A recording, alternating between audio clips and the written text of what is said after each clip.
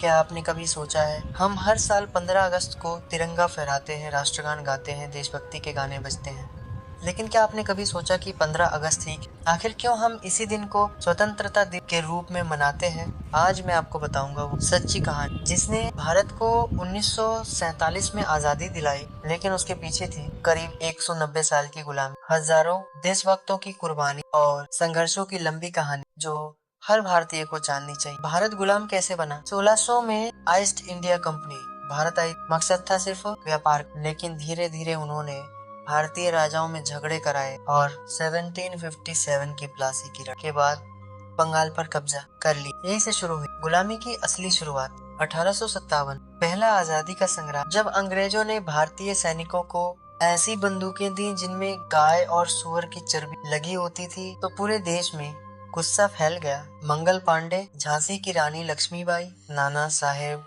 बाजीराव जैसे वीरों ने अंग्रेजों के खिलाफ विद्रोह किया। हालांकि ये आंदोलन सफल नहीं हुआ, लेकिन इसने देश में आजादी की चिंगारी जला दी। 1900 के बाद क्रांति का समय। अब आए ऐसे देशभक्त जिन्होंने बिना डरे जान दी। बाल गंगाधर तिलक ने कहा, स्वराज मेरा जन्मसिद्ध अधिकार है और मैं इसे लेकर रहूंगा। फिर आए भगत सिंह, चंद्रशेखर आजाद, राम प्रसाद बिस्मिल, अशफाक उल्लाह खान, जिन्होंने हंसते हंसते फांसी को गले लगाया। गांधी जी का अहिंसा आंदोलन। 1915 में गांधी जी जब दक्षिण अफ्रीका से लौटे तो उन्होंने एक नया रास्ता दिखाया, बिना हथियार, बिना हिंसा, सिर्फ सत्य और अहिंसा के साथ लड़ाई। दांडी मार्च, नमक आंदोलन, असहयोग आंदोलन, इन आंदोलनों ने अंग्रेजों की जड़ें हिला दी। 1942 भारत छोड़ो आंदोलन, गांधी जी ने सीधा नारा दिया, अंग्रेजों भारत छोड़ो। देश भर में लोग जेल गए, लेकिन अब अंग्रेज समझ गए भारत अब चुप नहीं रहेगा। 15 अगस्त 1947 आजादी की रात। 14 अगस्त की रात 12 बजे, जब पूरा देश सो रहा था, पंडित जवाहरलाल